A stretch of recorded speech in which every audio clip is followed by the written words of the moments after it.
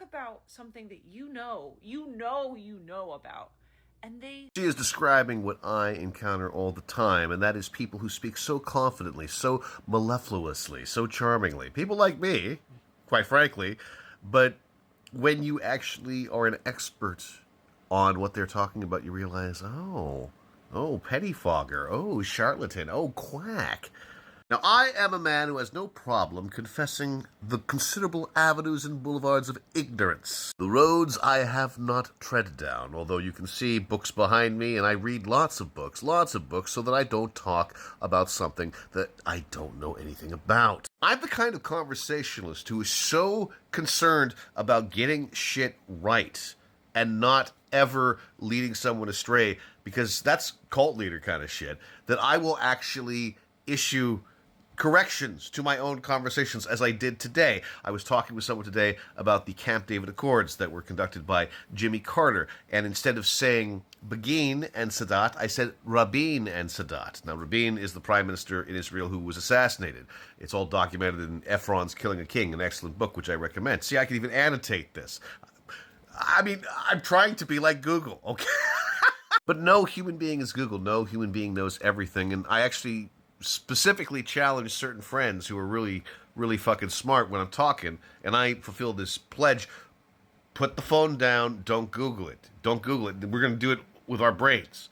We're going to do it with our brains. We're going to see if we can actually, recite from books as the arbiter for why a fact is correct. Now, that's a dying art, especially in our age of ChatGPT. But to go back to your point, you were identifying a kind of mentality that frightens me, that is not limited to the commonplace ChatGPT undergraduate.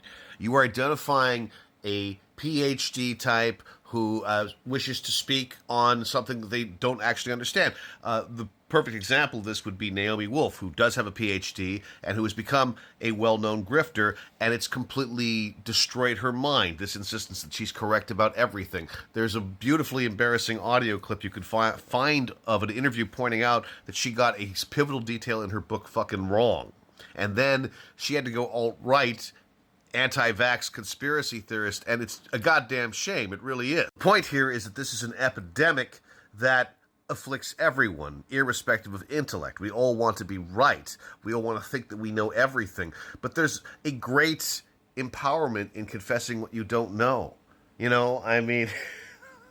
That's why I like going to the doctor, because I know nothing about medicine, and he's able to explain muscles and methods of treatment, and I'm sitting there just absolutely spellbound, because I know nothing about this, and it's new knowledge, and it's just knowledge I'm never going to have unless I go to the fucking doctor, and he's happy to explain it to me. But at the same time, this amazing doctor who has been giving me some really excellent treatment, he gives me a 5-minute AI stump speech before every appointment, and I have to sit through that. And he knows that I hate AI. He knows I'm a fucking reader, because I was discussing the French Revolution with him. He knows I hate that. And that's the great irony. Doesn't matter how smart you are, how brilliant you are, how much of an excellent speaker you are. Everyone has this tendency. Everyone. And we need to stop.